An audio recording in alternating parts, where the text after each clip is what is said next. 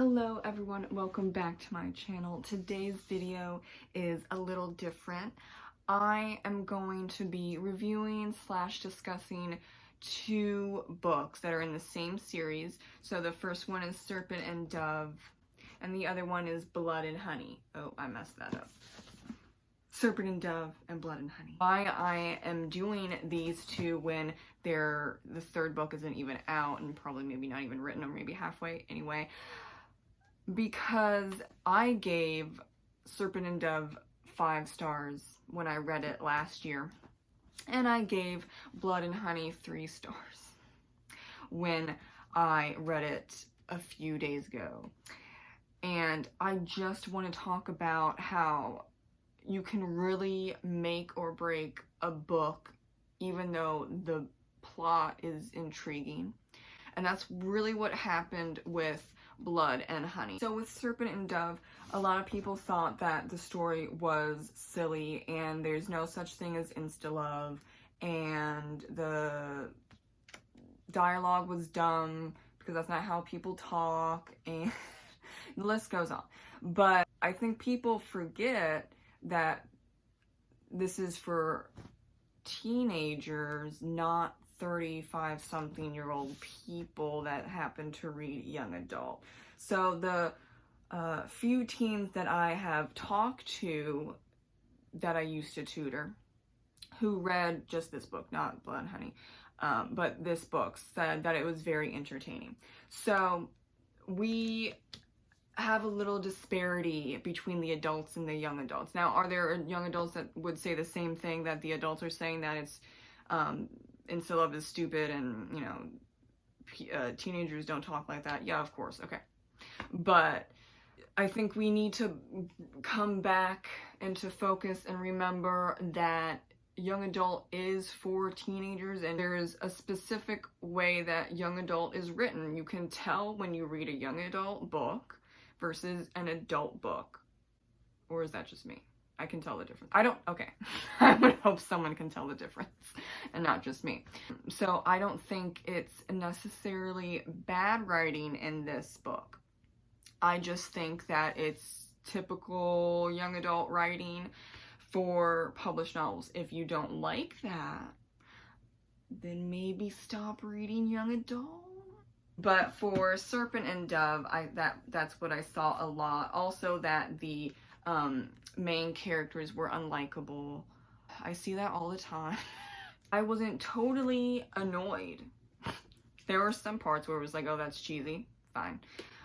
With the writing in this book, there were some problems that I found. Like there was a lot of a little too much of the italicizing words for emphasis, but you do see it somewhat often, and not just in young adult, you also see it in some adult books. So that's just kind of like a writer thing, depending, not necessarily an age group, what you do, you know, type of thing. I mean, I italicize certain words, but I start to pick up on it when there's multiple on, you know, the 2 pages that I see open. Like, oh, so there's like 2 here and there's 3 here. That's when I start noticing it. If it's like 1 or 2 every few pages, I'm like, it's fine, I don't really care. And then there was another thing that was a little bothersome, and I just don't, writing style wise, I don't like huge paragraphs, especially when you have someone talking and then in the middle there's like this huge thought bubble thing, because it's first person, so you have them talking and then they think about a bunch of stuff and then they talk again, but it's the same paragraph. It bothers me. It just, break it up. Just break it up.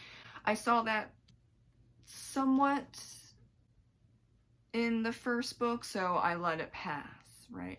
And then the thing that always gets me, and it's not just these 2 books, what gets me is when you talk out the plot. I can't do it. Can't do it. You're talking out the plot for 5 pages and that's how you got to a different scene. But it's not even like narration. They're either thinking, they're usually thinking, or the narrator is saying, this is going to happen, oh, that happened, and then this is happening right now, oh yeah, that had happened, and they were sad about it. I hate when it does that. It's okay if it happens once or twice in the book, but I think there are different, way better ways to handle that when you're writing.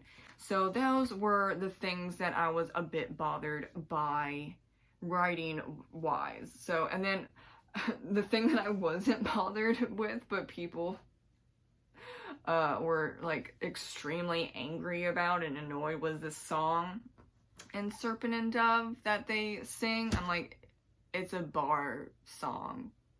Do y'all not go to bars? Like, okay, I mean, it's a bar song, and if you don't go to bars, you don't like bar songs, you don't like it's funny, it's crude, whatever, okay, that's fine, but you're gonna trash the whole book because of a bar song that's supposed to be funny and crude? Okay, you do you. I don't know. I saw a lot of people doing it. It wasn't just 1 or 2 people. Yeah, it was weird. Okay, but like moving on to Blood and Honey, 3.5 out of 5 stars, but you know on Goodreads you can't do the halves. Blood and Honey just took all that was good with the first book and made it worse.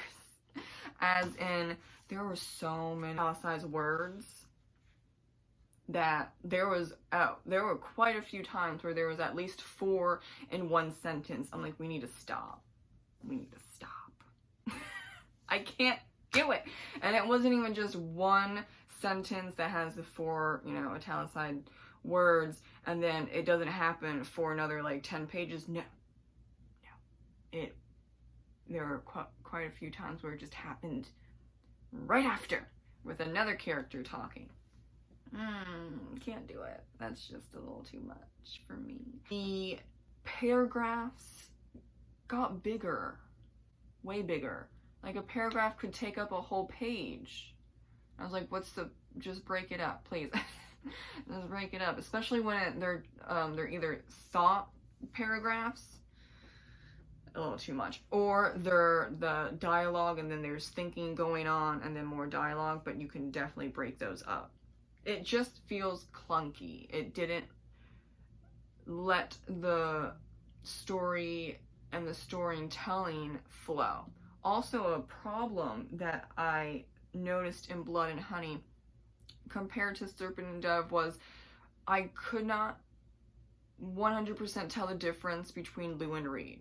So you need to have your characters sound different, especially if it's going to be first person and it's dual POV, or else I'm just like, wait, oh, this is Reed, but it reads like Lou, as in the tone, and even some of the wording that Reed would use. I'm like, wait, this is Reed or is this Lou? And then, you know, you see that it says at the end of this huge paragraph where, you know, he's going on a sonnet about morality.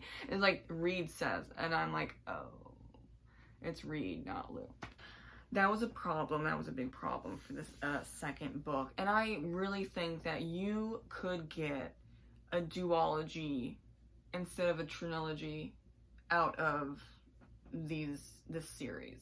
Most of what was happening was we're still talking about magic and morality, and we're still struggling with using magic and other people that you love using magic. I thought we were over this in the first book. Now, if it was Reed having, you know, problems solely him using magic, then that's fine. But it was like him having a problem with everyone using magic and people speaking about magic, and it was just, I don't know what to tell you, Reed. I don't. Because you have magic, you're hanging out with people that are witches, you're going out to kill witches. I don't know. And it took too long. It took really, like, too long for him to accept that, of which he signed up for. And there were a lot of things, like the sonnets of morality, and those huge paragraphs where he's saying, you know, he's going back and forth with the magic, you know, accepting magic and accepting Lou with magic, just back and forth for so many pages throughout the book. Do we need that? If you just cut that out, you could probably save 50 pages. Not even kidding. That's not good, I don't think. So there are things where, you know, teenagers aren't reading as much as they should be on their own, and there's a problem with teenagers across the country are not reading on level. So there have been arguments that have been made that young adult, you have to really keep hitting points over and over again because reading comprehension is so low. But I don't know how that helps a young adult reader. And I think that's been happening the last 10 years, and you can see it for a lot of books, especially fantasy books. And you see this happening, in my opinion, in Blood and Honey. Not so much in Serpent and Dove, which was interesting to me a bit. I'm not saying that there wasn't repetition of, you know, hitting ideas and thought processes and all that stuff. There were. I think it's a little more forgiving if it's a first book and it's a fantasy novel in a series, even if it's just a 3-book series, and you're trying to set stuff up. Slightly more forgiving. In a second book, we should be already going through that whole thing, like maybe the first 50 pages. I'm being nice for 50 pages, and the rest is the rest of the story. We've moved on. We don't need to continually talk about a specific idea. That was something that I noticed, and it's been a trend, like I said, the past 10 years. If you go back to like young adult-ish books from the 90s or like the early 2000s, you can really see the difference between the writing. It feels like the writing for young adult has been very dumbed down, and I think that's a disservice for young adults. And then it also kind of annoys the 20-something-year-olds that are reading the young adult books, and they're just like, this is bad storytelling, or this is bad writing. I think, you know, Blood and Honey is a good example of what not to do with a writing technique that has been popular in young adult for quite a few years. I'm not dissing the author in that, because I can't find a young adult book published from the last 10 years that doesn't do it. So I don't know if it's like an editor, agent, also the publishing houses that are kind of pushing this type of writing, or a few young adult writers like Stephanie Meyer did this and they went boom through the roof. Everything is all about Twilight, and we're gonna just like, and then other writers are like, oh, so that writing is what people want? That writing style is what people want? Okay, we're gonna do that. And then they've just done it. They've just continued on with the repetition of certain aspects of the book, and then like the writing styles with like a bunch of italics and the huge paragraphs. I know from tutoring of all ages, like 4 years old to 18 years old, they don't want to have huge paragraphs that take up the whole page. So I don't know where we're getting that from, because when you have a new reader, or like a reader has low reading comprehension, even if they enjoy reading, that huge chunk is going to confuse them. They take like, you know, a minute or two to read that huge paragraph on just one page. They feel like they're dumb and they're wanting to give up. So I don't know what's going on with the writing trend. Is it a trend if it's been like a decade and they're still doing it? I don't know. The writing thing going on, but I don't know if it's good for teens, even like 16, 17-year-olds, because they're still learning reading comprehension, and some of them are still kind of learning to read in the way of like analyzing and understanding what's going on in the story. So instead of telling them over and over again what's happening, and that leads to like 20-somethings reading young adult be like really annoyed. And even teenagers sometimes being like, this is dumb. Honest. Maybe go back to like being a little more subtle in the writing. Now, I'm not saying that Serpent and Dove was a fantastic literature masterpiece. No, I mean, that's not what I'm saying. It was a bit more subtle than Blood and Honey in the writing and not being so repetitive. A bit more. I'm just saying. It's a bit more subtle, and that is doable. And it wasn't distracting compared to Blood and Honey. It was, Blood and Honey's writing style was very distracting to me, and that's why I gave it 3 stars instead of like me saying, oh, it's a very low 4. But no, it was just really distracting, and I think it took away from the story. Also, I have to add, she added way more em dashes when she could have just used commas and periods. And like, I love em dashes, okay? Love them. But when you see a page and it's just like 10 em dashes on one page, you have to go, okay, what's going on here? Why? That's too many em dashes, and I love em dashes, and that type of stuff, when it's done so many times, it becomes noticeable, and therefore you get distracted. She used em dashes in Serpent and Dove, but it was not enough for me to be like, I'm annoyed type of thing. I don't know what happened. It wasn't horrible. It was average. It was an average book compared to a 5-star, very entertaining and fast-paced book, which was Serpent and Dove. I really think it probably could have been a duology. I think she took way too long in the second book getting allies. Like, for example, what is it, like 300 pages of that? And she doesn't even, at the end, doesn't even have that many allies. It has to be more complex than what she made it out to be for me to accept all of that is going to take 300 pages. It could have been 100 pages.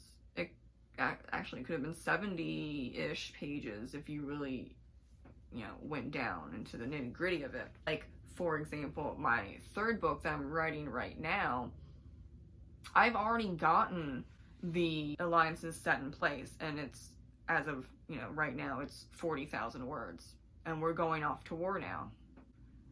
And that's a standalone book. I don't think it's hard. But there are, things about traditional publishing. It's like, you look at the 2 books, are like, they're basically the same size. So is it like you want to hit a certain number of chapters, so you have to write more, and that means you have to do more filler? Is it like word count hits, or, and then like including the word count hits, the chapter hits, you want it to look like good, like aesthetically pleasing when you put it on a shelf and it looks the same? I don't know. Maybe. I have no idea. That would be a little weird if that's what they're really thinking about. I don't know. But yeah, I did agree with the people on Goodreads, which is amazing, that said that this could have been a duology, and it's a second book dip that you see a lot in young adult fantasy books. It's a lot of filler, and you could have done a duology instead of a trilogy. So I do agree with those people on Goodreads, and that's amazing. But they hit the nail on the head with that one. So thank you so much for watching my book review and discussion on Serpent and Dove and Blood and Honey. If you like what you saw, please comment, like, subscribe. Thank you, and have a great reading day. Bye.